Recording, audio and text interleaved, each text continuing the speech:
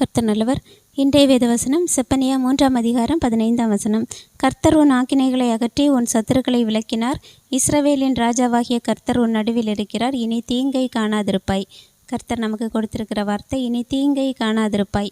கர்த்தர் ஒரு இடத்துல இருக்கிறாருனாலே அந்த இடத்துல தீமை இருக்காது.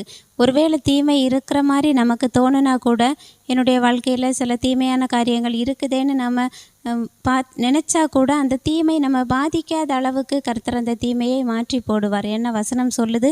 உன் சத்துருக்களை விலக்கினார். நமக்கு இருக்கக்கூடிய அதாவது நிம்மதியான வாழ்க்கைக்கு எதிராக இருக்கக்கூடிய எல்லாமே நமக்கு சத்துருக்கள் தான். அது வியாதியாக இருக்கலாம், பொருளாதார பிரச்சனையாக இருக்கலாம், இல்லை ஏதாவது நபராக இருக்கலாம்.